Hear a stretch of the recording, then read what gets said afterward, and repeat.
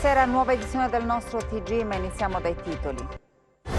L'immagine dell''ndrangheta tendenzialmente silente, con un radicato livello di penetrazione nel mondo politico e istituzionale, lo scrive la Direzione Investigativa Antimafia nella relazione semestrale. Revocati gli arresti domiciliari per la Galeone, ex prefetto di Cosenza, applicata l'interdittiva da tutti gli uffici pubblici per un anno. Salvini è tornato in Calabria, ha fatto tappa a Catanzaro, Riace e Spezzano della Sila. Contestazioni nella cittadina silana, l'ex ministro della giustizia Orlando arrende. Il TAR boccia il ricorso dei lavoratori licenziati, 48 dipendenti in servizio all'ufficio ticket dell'Annunziata di Cosenza. Un uomo di 46 anni ha rinchiuso nel bagno di un locale una ragazza e l'ha minacciata di stuprarla perché è convinto che la stessa fosse coinvolta nel furto della sua bicicletta. Il fatto è accaduto a Cosenza. Lettera di una mamma di una bambina di 9 anni diversamente abile. La burocrazia, scrive la donna, le impedisce di avere, come prescrive la legge, un'assistenza alla comunicazione LIS. Tutte le denunce fatte non hanno sortito alcun effetto. L'attaccante del Genoa, Asensio, ha detto sì al Cosenza. Il calciatore è atteso nelle prossime ore in città. Intanto silani e pitagorici lavorano per preparare il derby di lunedì prossimo. Ancora buonasera dalla redazione del TG10 e dunque apriamo questa edizione del nostro giornale parlando della relazione semestrale della DIA sull''ndrangheta, l''ndrangheta che si conferma una delle organizzazioni criminali più pericolose al mondo. L''ndrangheta si conferma l'organizzazione criminale più pericolosa al mondo. La Direzione Investigativa Antimafia, nella relazione semestrale inviata al Parlamento, rilancia l'allarme. Le diverse indagini che hanno colpito le cosche calabresi hanno evidenziato la loro capacità di infiltrarsi nel mondo politico e istituzionale per la gestione di appalti e commesse pubbliche. L''ndrangheta si inserisce nelle aziende sane per riciclare i proventi illeciti, arrivando anche a scalare le imprese fino a raggiungerne la titolarità. Quella che emerge, si legge nella relazione della DIA, è l'immagine di una 'ndrangheta tendenzialmente silente, ma più che mai viva nella sua vocazione affaristico-imprenditoriale, saldamente leader nei grandi traffici di droga, ambito in cui continua ad acquisire forza e prestigio anche a livello internazionale. Una mafia arcaica nella struttura e moderna nella strategia, capace di creare e rafforzare sempre di più i propri vincoli associativi interni, creando seguito e consenso soprattutto nelle aree a forte sofferenza economica, ma allo stesso tempo in grado di adattarsi alle evoluzioni del contesto esterno, nazionale e internazionale, tenendosi al passo con i fenomeni di progresso e globalizzazione, anche grazie alle giovani leve che vengono mandate fuori regione ad istruirsi e formarsi per poi mettere a disposizione delle endrine il bagaglio conoscitivo accumulato. Scrive ancora la Direzione Investigativa Antimafia che l'efficacia delle consorterie calabresi è da ricercarsi innanzitutto nella loro struttura organizzativa a base familiare, compatta dall'interno e per questo meno esposta al fenomeno del pentitismo. Revocati i domiciliari per la Galeone, ex prefetto di Cosenza, applicata l'interdittiva da tutti gli uffici pubblici per un anno. Revoca dei domiciliari e interdizione per un anno dai pubblici uffici è quanto ha deciso il giudice per le indagini preliminari nei confronti dell'ex prefetto di Cosenza Paola Galeone, finita ai domiciliari il 2 gennaio scorso per una presunta mazzetta da 700 euro richiesta all'imprenditrice Cinzia Falcone, alla quale avrebbe proposto di emettere una fattura fittizia per 1.220 euro con l'obiettivo di non rispedire indietro al Ministero parte del fondo di rappresentanza accordato ai prefetti, rimasto disponibile alla fine dell'anno. L'ex prefetto è accusata di induzione indebita a dare o promettere utilità e la misura restrittiva era scattata lo scorso 2 gennaio in seguito all'indagine condotta dalla Procura e dalla Polizia di Cosenza dopo la denuncia fatta dalla presidente di Animed, che ha finto di accettare la richiesta, ma la sera stessa si è presentata in questura per denunciare quanto accaduto. Insieme agli uomini della Mobile, con il coordinamento della Procura di Cosenza, diretta da Mario Spagnuolo, hanno organizzato lo scambio del denaro in modo da poter documentare il tutto. Con addosso un registratore nascosto si è presentata all'appuntamento e ha consegnato al prefetto una busta piena di banconote fotocopiate per il riscontro. All'uscita del bar la Galeone ha trovato anche gli uomini della Mobile che avevano video ripreso l'incontro. Accompagnata poi in questura, gli investigatori nella borsa hanno rinvenuto la mazzetta che ha incastrato il prefetto. Lo scorso 7 gennaio la Galeone è stata sentita dal magistrato, al quale ha spiegato le sue ragioni rispetto alla vicenda, accompagnata dai suoi legali Franco San Marco e Nicola Carratelli. All'uscita dal tribunale non ha rilasciato alcuna dichiarazione, ma a parlare è stato uno degli avvocati difensori. La dottoressa Galeone ha reso la sua versione dei fatti con assoluta limpidità, coerenza, tranquillità. Aspettiamo la determinazione del giudice, dopodiché decideremo il da farsi, ivi compreso il ricorso al Tribunale dell'Esame.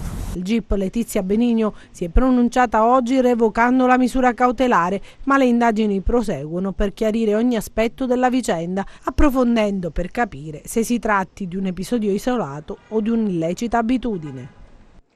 È durato quasi 4 ore l'interrogatorio di garanzia del giudice Marco Petrini, arrestato mercoledì scorso con l'accusa di corruzione dalla Guardia di Finanza nell'ambito di un'inchiesta della Procura della Repubblica di Salerno competente sui procedimenti riguardanti i magistrati del distretto di Corte d'Appello di Catanzaro.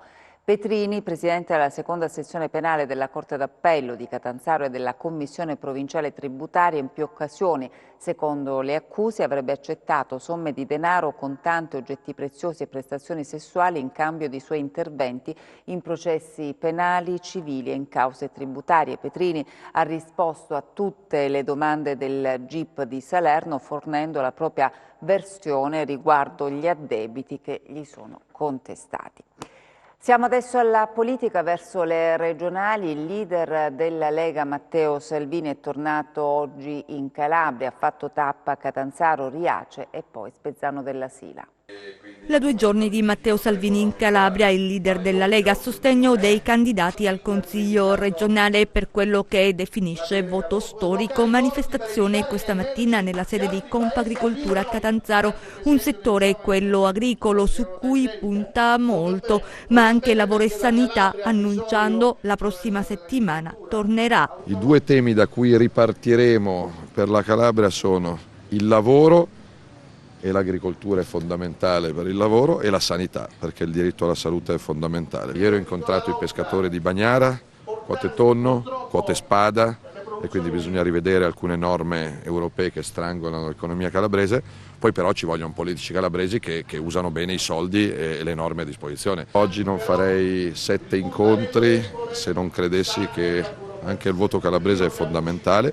Far uscire la Calabria dall'isolamento, dice, attraverso un coordinamento nazionale degli amministratori leghisti. A Regione Calabria manca un piano rifiuti, manca un piano spiagge, ci sono debiti in sanità di 3 miliardi, ci sarà l'emergenza rifiuti in molte città, purtroppo già a febbraio. La forza della Lega è che gli amministratori della Lega fanno parte di una squadra, quindi la Calabria non sarà sola, sarà parte di una squadra. Il leader della Lega ha fatto tappa anche nel Palazzo di Giustizia della città capoluogo, dove ha incontrato nel suo ufficio il procuratore Nicola Gratteri, al quale Salvini ha espresso sostegno per il lavoro contro la criminalità. L'ex ministro dell'Interno ha definito l'incontro cordiale, costruttivo, positivo.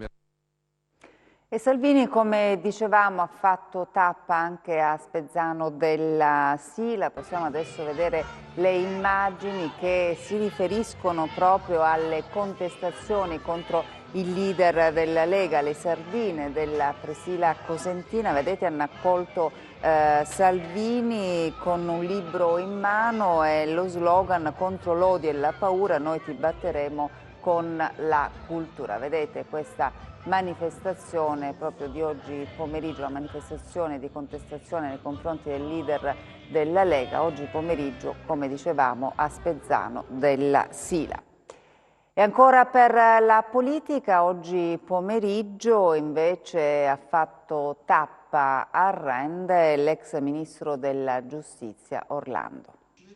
Il vice segretario nazionale del Partito Democratico Andrea Orlando oggi pomeriggio a Rende, in vista delle prossime regionali. Sul palco il candidato al Consiglio regionale Carlo Cuccione, il commissario del PD Graziano, il commissario della Federazione Provinciale del PD di Cosenza Miccoli e il presidente della provincia Iacucci. La Calabria, ha detto Orlando, deve essere rappresentata con forza, deve poter contare e deve avere una classe dirigente autorevole. Per questo è importante far vincere Callipo, e candidati come Guccione che siano in grado di rappresentare questo territorio e di affrontare le sue difficoltà. Io credo che il Partito Democratico abbia fatto uno sforzo importante per andare in questa direzione, riconoscendo ciò che non andava e aprendo una fase completamente nuova. Salvini usa la Calabria semplicemente come uno sfondo scenografico, come un luogo dove recitare molti dei suoi monologhi, ma non ha nessun interesse ad un vero riscatto di questo territorio. Altrimenti il candidato in campo sarebbe un candidato della Lega, cioè della forza principale della destra. Invece in campo c'è un candidato dato come compensazione rispetto ad altre regioni. La Calabria non è tra le priorità della Lega e rischia di pagare un eventuale voto alla Lega in modo molto alto e molto caro. Il TAR boccia il ricorso, licenziati 48 lavoratori della SEAT in servizio all'ufficio ticket dell'Annunziata di Cosenza. Sono stati licenziati 48 lavoratori della SEAT. Per anni hanno mandato avanti il CUP, il call center dell'azienda ospedaliera di Cosenza. Dopo le proteste dei mesi scorsi, la tregua in attesa della sentenza del TAR. Il contratto tra la cooperativa e l'azienda ospedaliera infatti è scaduto. La SEAT però si era rivolta alla giustizia amministrativa, ritenendo di avere il diritto a proseguire le prestazioni già in regime di proroga almeno fino all'aggiudicazione del nuovo appalto. Il TAR però ha respinto il ricorso, reputando legittima la scelta dell'azienda ospedaliera di non rinnovare l'affidamento, e così la cooperativa ha inviato ai lavoratori le lettere di licenziamento. Un dramma per 48 famiglie, e già oggi si sono registrati i primi disagi per l'utenza. Da stamattina infatti risultano fuori uso i servizi di call center, non funziona il protocollo, è limitato il servizio ticket all'Annunziata, sospesi quello del Mariano Santo e dell'ospedale di Rogliano, una situazione che si riproporrà anche nelle prossime settimane. L'ente adesso per limitare i disagi sta provando a tappare i buchi utilizzando proprio personale, ma è difficile colmare questo vuoto e garantire il servizio agli utenti e ai pazienti. I sindacati lamentano il silenzio delle istituzioni. Le organizzazioni sindacali hanno chiesto la convocazione di un tavolo in prefettura per individuare un percorso di reinserimento dei lavoratori licenziati. Un uomo di 46 anni ha rinchiuso nel bagno di un locale una ragazza e l'ha minacciata di stuprarla perché è convinto che la stessa fosse coinvolta nel furto della sua bicicletta. Il fatto è accaduto a Cosenza. Ha afferrato con forza da un braccio una ragazza, l'ha trascinata in un locale poco distante, dentro il quale, dopo averla rinchiusa a chiave e averle sottratto i documenti e il telefono cellulare, brandendo un coltello, l'ha minacciata di stuprarla e poi farla stuprare da altre persone. Protagonista un 46enne cosentino che pensava che la giovane fosse responsabile o coinvolta nel furto della sua bicicletta elettrica. L'uomo, già noto alle cronache giudiziarie, non sopportava l'idea di aver subito il furto della sua bicicletta del valore di 800 euro e ha deciso di tentare di farsi giustizia da sé utilizzando metodi violenti contro la ragazza, liberata soltanto dopo l'arrivo dei familiari, accompagnati dagli agenti della Polizia di Stato, allertati nel frattempo dalla zona in cui la giovane era trattenuta. Oggi, personale della squadra mobile di Cosenza ha dato esecuzione a un'ordinanza di applicazione della misura cautelare degli arresti domiciliari emessa dal GIP presso il Tribunale di Catanzaro in seguito alla richiesta della Direzione Distrettuale Antimafia di Catanzaro nei confronti del 46enne cosentino ritenuto responsabile dei reati di sequestro di persona a scopo di estorsione, rapina e tentata violenza sessuale. Adesso i nostri 100 secondi di cronaca.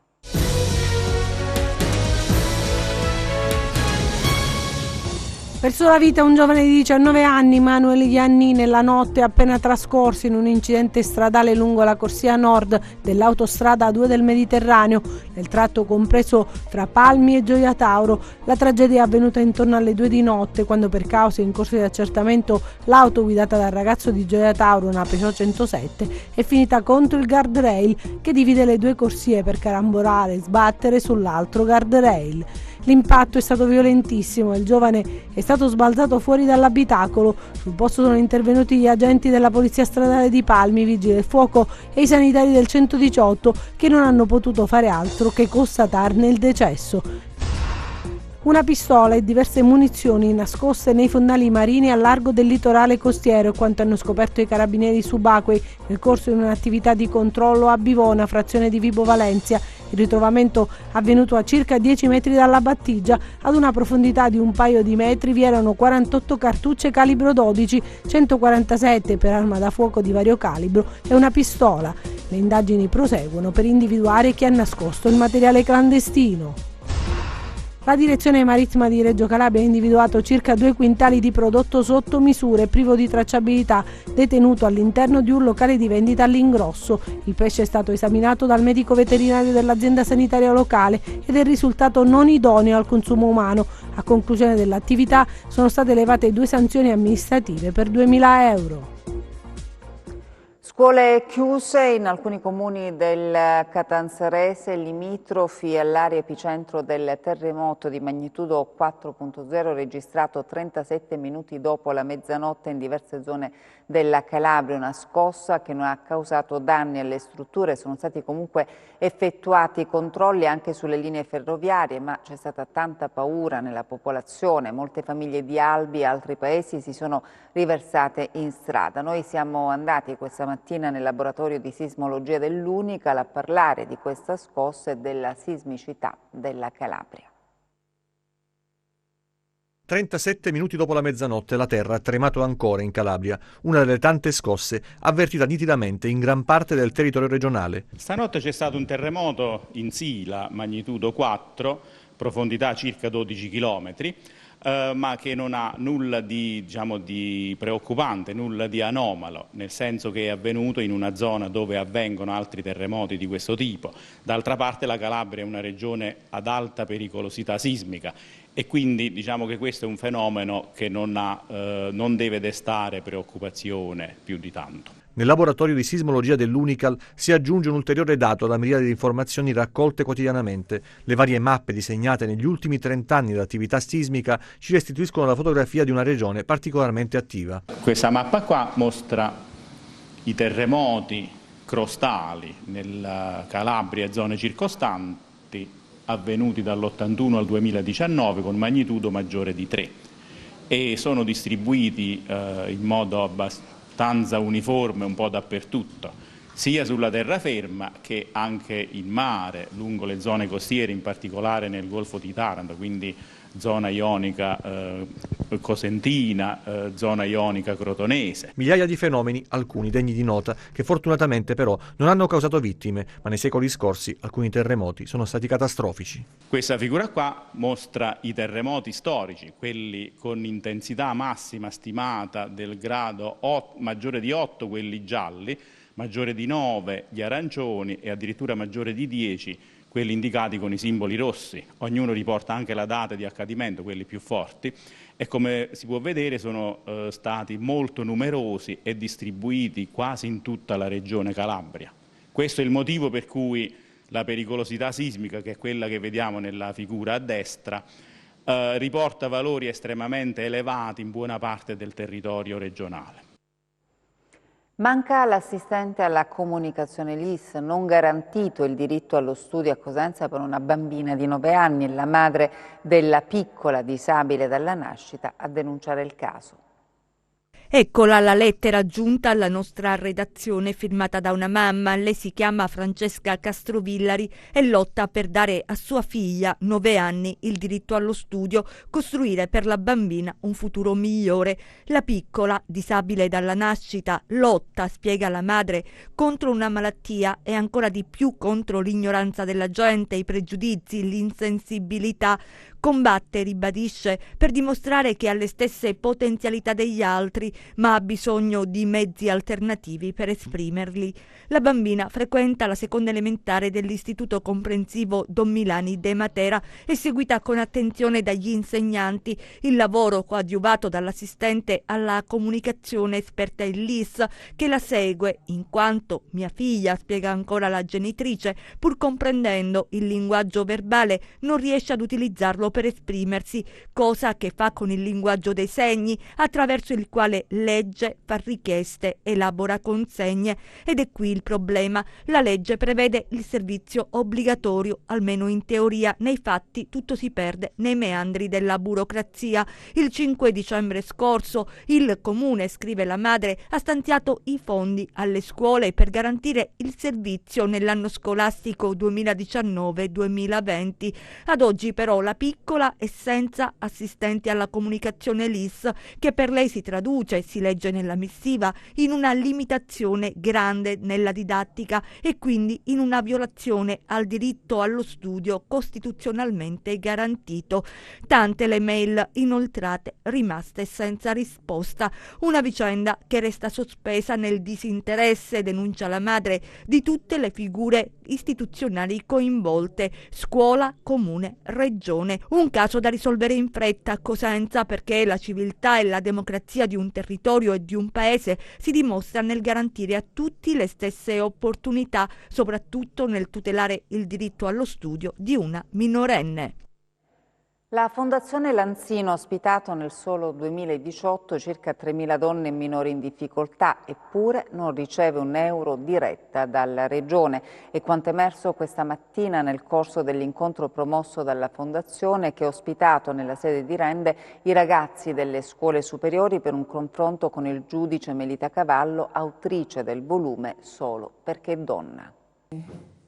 Sono costretti purtroppo. Una lezione diversa per ragazzi e ragazze nella casa di Roberta, realizzata a Rende dalla Fondazione Lanzino. Studenti come lo era Roberta, violentata e uccisa in un pomeriggio di luglio del 1988, un delitto senza colpevoli da oltre 30 anni. La Fondazione, nata nel 1989 per volere dei genitori di Roberta, accoglie donne vittime di violenza. Sentite i numeri relativi al 2018. Dal 1 di gennaio al 31 dicembre abbiamo ospitato fra donne e bambini 3.321 persone, notte e giorno. Come retta non abbiamo avuto una lira, pur essendo una struttura strettamente regionale.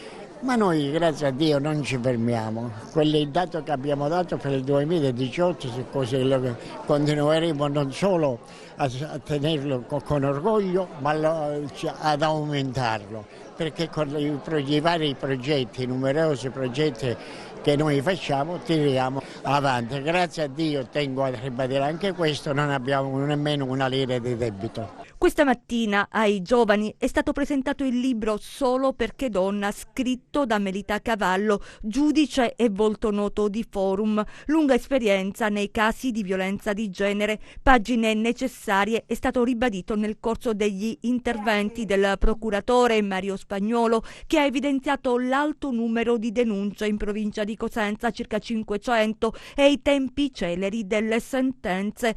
Dalla professoressa Giuseppina Mostardi, che ha spiegato ai giovani segnali a cui stare attenti per riconoscere una relazione malata. Il giornalista Arcangelo Badolati, che si è soffermato sui casi riportati nel volume sulla legislazione. L'autrice ha sottolineato l'importanza delle strutture come la Fondazione Lanzino, citata nel libro, per l'accoglienza delle donne. Sono naturalmente il punto d'arrivo di una donna che si rende conto di essere in una situazione di grave rischio. Dobbiamo assolutamente incentivarli, rafforzarli, perché le donne arrivano assolutamente distrutte, quindi vanno recuperate alla vita familiare normale. Il 23 marzo si chiuderà il processo di beatificazione di Suor Semplice Maria Berardi di Castrovillari. È ormai addirittura d'arrivo la causa di beatificazione di Suor Semplice Maria Berardi, meglio conosciuta come Simonica. Maria Domenica nacque a Castrovillari nel 1873, la madre Agnese Filomia casalinga e il padre Giorgio Berardi sarto. L'8 dicembre del 1892, nella chiesa della Santissima Trinità di Castrovillari, gremita di parenti, amici, cittadini comuni, Maria Domenica prese i voti con il dolce nome di Suor Semplice. Divenne subito punto di riferimento continuo per molti, persone umili e povere, ma anche gente colta e alti prelati che si recavano da lei per chiedere consigli ed ascoltare la sua saggia parola.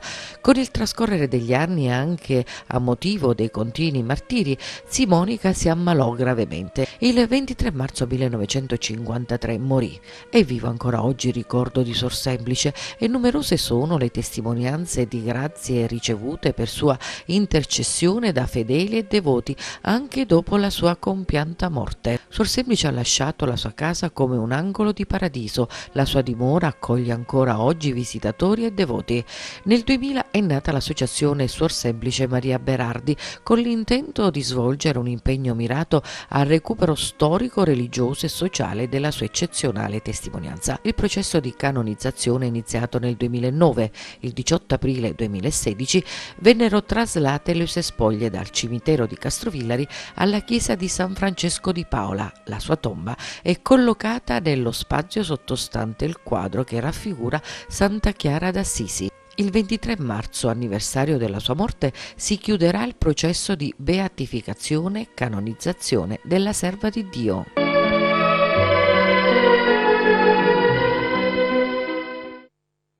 Adesso lo sport, parliamo di calcio, le novità nel servizio. C'è chi viene e c'è chi va.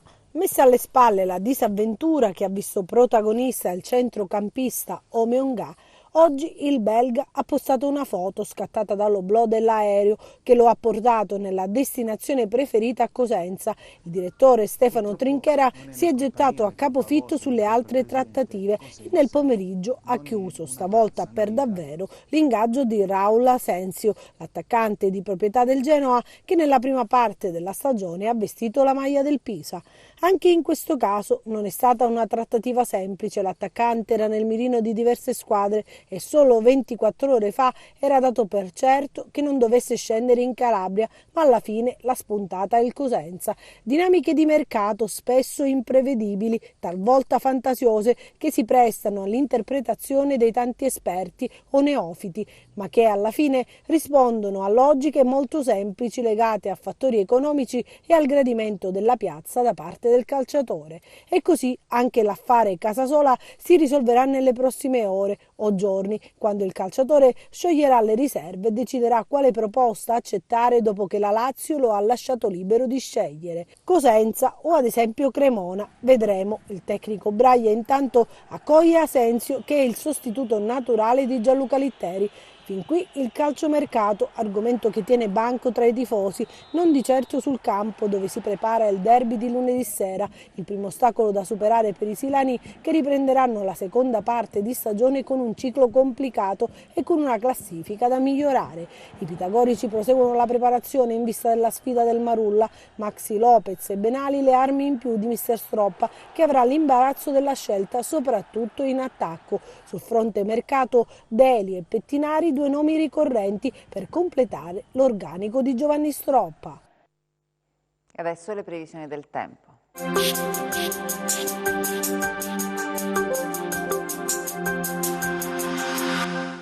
Una perturbazione attiva sulla Francia si muoverà verso est-sud-est, coinvolgendo con un peggioramento del tempo le regioni settentrionali e quelle centrali tirreniche. Giungerà anche una debole instabilità sulle coste tirreniche calabresi per il fine settimana. Domani irregolarmente nuvoloso con alternanza di schiarite sui versanti tirrenici, possibili piogge specie su Alto Tirreno Cosentino e tra Lametino e Vibonese, generalmente poco o parzialmente nuvoloso sui versanti ionici. Temperature in diminuzione. Domani venti moderati da ovest-nord-ovest sul Tirreno con mare mosso, sullo Ionio mare poco mosso e ventilazione occidentale ad esclusione del tratto crotonese dove spireranno venti meridionali. Per ulteriori approfondimenti vi rimando al sito www.meteoincalabria.com e alla nostra pagina Facebook Meteo in Calabria. Ed è tutto, grazie per l'attenzione, buona serata.